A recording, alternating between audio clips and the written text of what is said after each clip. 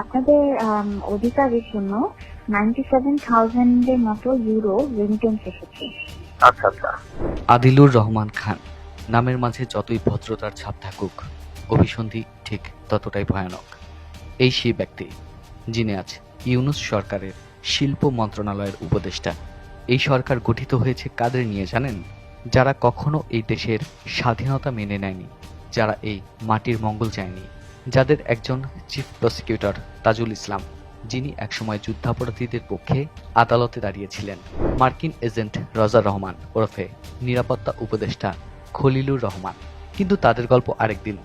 চলুন আজ মুখোমুখি হই আদিলুর রহমান খানের সত্য রূপের।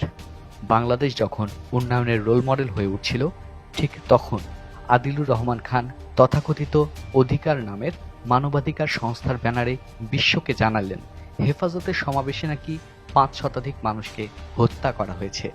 কি ভয়ানক একটা মিথ্যা, একটি উদ্দেশ্য প্রণোদিত প্রচার, যার একটাই লক্ষ্য বাংলাদেশকে কলঙ্কিত করা, আন্তর্জাতিক মহলে সরকারের ভাবমূর্তি ক্ষুণ্ণ করা।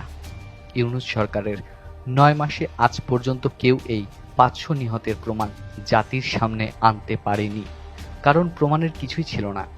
চলুন একটা কল রেকর্ড শুনে আসি। হ্যালো জি হ্যালো সালাম, আমি তানজিনা বলছি ফাইন্যান্স ব্যাংক থেকে। জি বলেন। আপনাদের অধিকারের জন্য 97,000 এর মতো ইউরো রেমিটেন্স এসেছে। আচ্ছা আচ্ছা। তো এটা আপনারা একটু করে নেন, ক্রেডিট করে নেন আপনাদের অ্যাকাউন্টে। জি আমি জানাই দিচ্ছি। জি হ্যাঁ, কারণ আমি কেন বলছি, আজকের মধ্যে যদি আপনারা ফর্মটি জমা দিয়ে করতে পারেন, অনেক বেটার রেট পাবেন, টাকাটা আপনারা সেভ করতে পারেন। আচ্ছা, আমি এখনই জানাই দিচ্ছি। জি, ওকে থ্যাংক ইউ। ওকে। হ্যাঁ, ১,৩১,৯৯,৯৬০ টাকার অনুদান। আচ্ছা, বলতে পারেন এই বিশাল অঙ্কের টাকা কার ভালোবাসা?